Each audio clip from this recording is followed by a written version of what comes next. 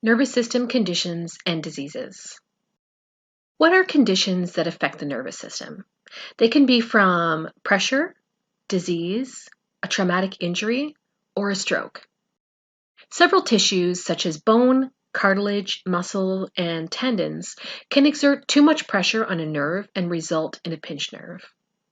When this happens, nerve function is disrupted, resulting in pain, tingling, numbness, or weakness.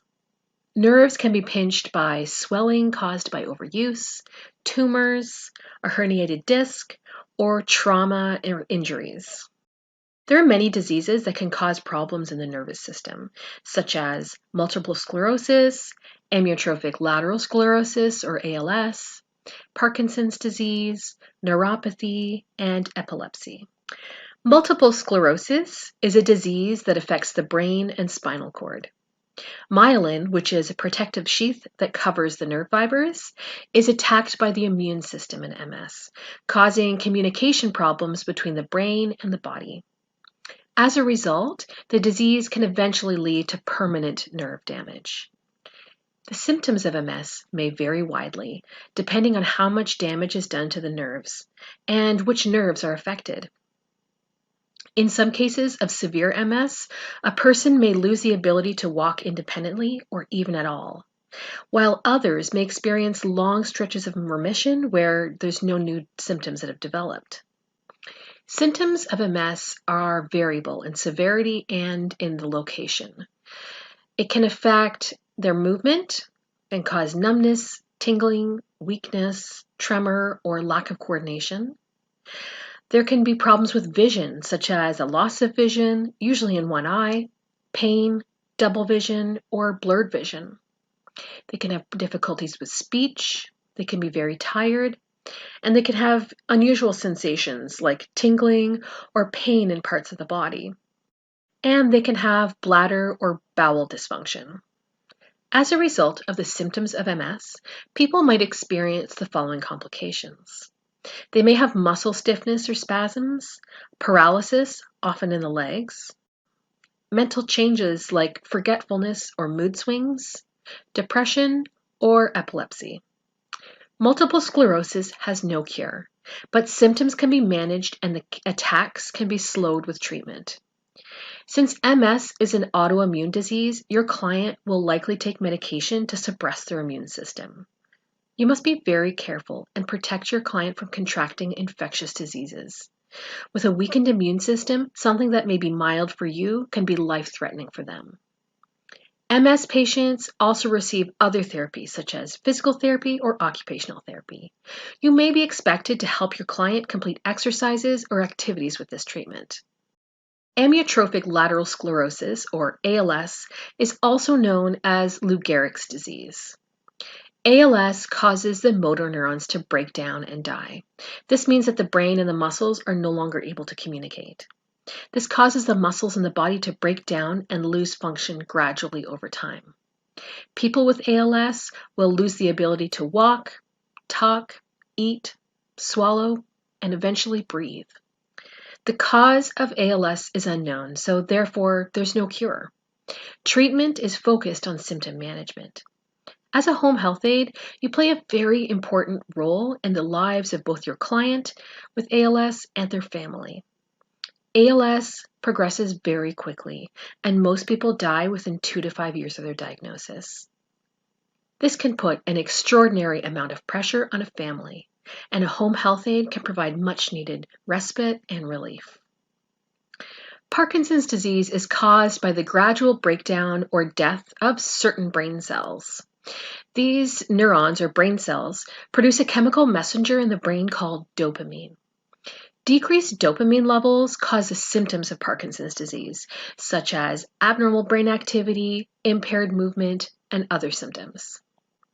Symptoms for Parkinson's disease can vary from person to person, but they can include a tremor or a shaking in the limb, often the hands and fingers, slower movement or bradykinesia, where simple tasks become difficult and time-consuming, muscle stiffness, a stooped posture or balance problems. They may be unable to perform automatic movements such as blinking or smiling, And their speech may change. It might be softer, they may speak more quickly, or they even could have slurred speech. Their writing can change. It might be more difficult to write, or their writing may be much smaller than it used to be. Parkinson's can have many complications. One would be swallowing problems and drooling. Chewing and eating can often lead to choking. They may have sleep problems where they wake frequently at night and sleep during the day. They could have bladder problems where they're unable to control their urine. And they may have constipation due to a slower digestive tract. Their blood pressure can drop suddenly when they stand up. They could have problems with smelling and be unable to smell certain things. They may feel tired, especially later in the day. And they may have pain in the body or throughout the body. They also could have sexual dysfunction, causing a decrease in sexual desire or performance. Parkinson's disease cannot be cured, but symptoms can be managed with medications. Typically, the client will take a medication that helps to increase the dopamine in the brain. These medications are often taken 4 times a day at very specific times. It's important to remind your client to take their medication at these specific times, and if you go anywhere, to bring the medication with you. These medications have significant side effects, and the client must be monitored for involuntary movements, hallucinations, or compulsive behaviors such as hypersexuality, gambling, and overeating. If you notice any of these side effects, notify your supervisor right away. Parkinson's can also be treated with a really healthy diet. Foods high in fiber and lots of fluids can prevent constipation. Also, exercise is very important. Maintaining muscle strength will prevent falls and help with balance problems. How can a home health aide help somebody with Parkinson's? They can prevent choking by providing the appropriate texture and thickness that your client needs to eat and drink safely. They can provide appropriate texture and thickness that your client needs to eat and drink safely. This is something that's usually prescribed by a speech therapist. You can help to prevent falls. Clients with Parkinson's often have balance problems. Regular exercise is important, but remind them to make good decisions when it comes to walking, turning around, or bending over. You can assist them with activities of daily living, and you can be a support for both the client and the family. Neuropathy is when neurons are damaged or destroyed. It disrupts the communication between the neurons and the brain. This can be caused by diabetes, kidney disease, ingesting toxic substances, rheumatoid arthritis, or lupus. The symptoms of neuropathy vary between people, and it depends on which nerves are affected. There are 3 types of nerves in the body. Sensory neurons carry messages of texture, temperature, and pain to the brain through the spinal cord. Motor neurons carry messages from the brain to the muscles, telling them when and how to move. Autonomic neurons involve bodily functions that occur outside of your direct control, such as breathing, digestion, heart rate, blood pressure, bladder control, and sweating. Sensory neuropathy causes tingling or numbness, especially in the hands and feet. Your client may have a sharp, burning, throbbing, stabbing, or electric-like pain. It can also cause changes in sensation, where they'll have severe pain or extreme sensitivity to touch, while at the same time having the inability to feel pain, pressure, temperature, or touch. People often say it feels like you're wearing gloves or socks even when you're not. Motor neuropathy can cause muscle weakness and difficulty walking. It could cause muscle twitching, cramps and spasms, paralysis or inability to move the body part, a loss of muscle control or tone, and they may frequently drop things. Autonomic neuropathy causes low blood pressure or an abnormal heart rate, which can cause dizziness when they stand up or even fainting or lightheadedness. They may have excessive sweating or no sweating at all in relation to the temperature or activity. They also could have incontinence, constipation, or decreased motility in the digestive tract.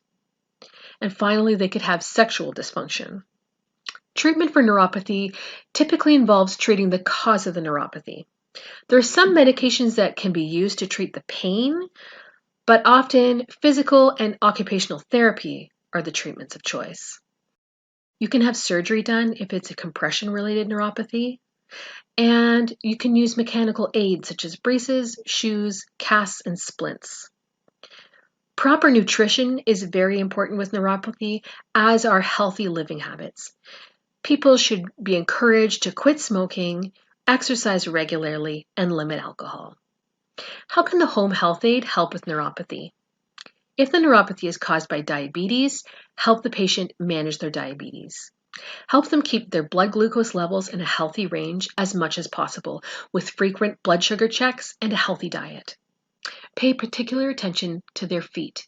Examine your client's feet regularly for sores, redness, or dry and cracked skin. Never cut calluses or trim nails without proper training. Speak to your supervisor if you're interested in learning more about foot care. Avoid extreme hot or cold. Your client may not be able to feel when something is too hot or cold. Never use hot foot baths and be cautious when applying ice packs. Always have your client wear shoes, even in the house. Your clients must always wear shoes as they may not feel if they step on something. Also, have them wear socks in their shoes or sandals all the time, as they may not feel a blister forming. You can also help them by decluttering the house. This can reduce tripping and falls, and you can remove objects that your client may not be able to feel with their feet. Also, you can help them quit smoking. Smoking constricts the blood vessels that supply the nutrients to the nerves. Epilepsy is when the brain's electrical activity becomes abnormal. Symptoms are seizures, periods of unusual behavior, and sometimes loss of awareness. Seizures can look differently from person to person, depending on where the abnormal electrical activity happens.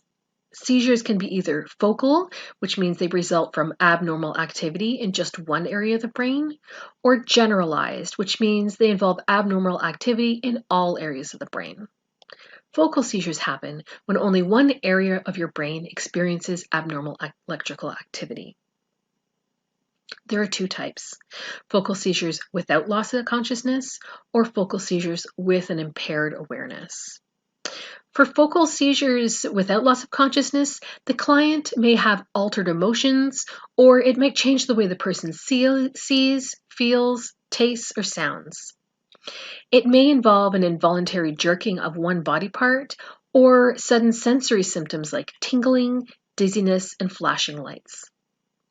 For focal seizures with impaired awareness, usually it feels like they're in a dream. The person may stare into space or not respond normally. They may also perform repetitive movements such as hand rubbing, chewing, swallowing, and walking in circles. There are many types of generalized seizures. One type is absent seizures. In this case, the client will be staring into space with or without body movements such as eye blinking or lip smacking. These only last around 5 to 10 seconds, but they usually happen in clusters as often as 100 times per day. Tonic seizures cause stiff muscles in the back, arms, and legs and may affect consciousness. Atonic seizures, also known as drop seizures, cause a sudden loss of muscle control. Clonic seizures are a repeated or rhythmic jerky muscle movement, usually involving the face, neck, and arms. Myoclonic seizures are sudden jerks or twitches and usually affect the upper body, arms, and the legs. Now, tonic-clonic seizures are the most dramatic seizures. It causes an abrupt loss of consciousness and body stiffening, twitching, and shaking. Often the person loses control of their bladder and may bite their tongue. Your client will likely be on a medication for epilepsy. It is very important that the client does not miss a dose or take their dose late. There are many different types of medication available. If your client is having too many side effects, speak to your supervisor, as they may be able to see their doctor and try a new medication. Lack of sleep can also trigger seizures, so encourage your client to get lots of rest. Not all seizures are emergencies. Your client may have seizures regularly, and there is nothing you can do but keep them safe and help them avoid injury.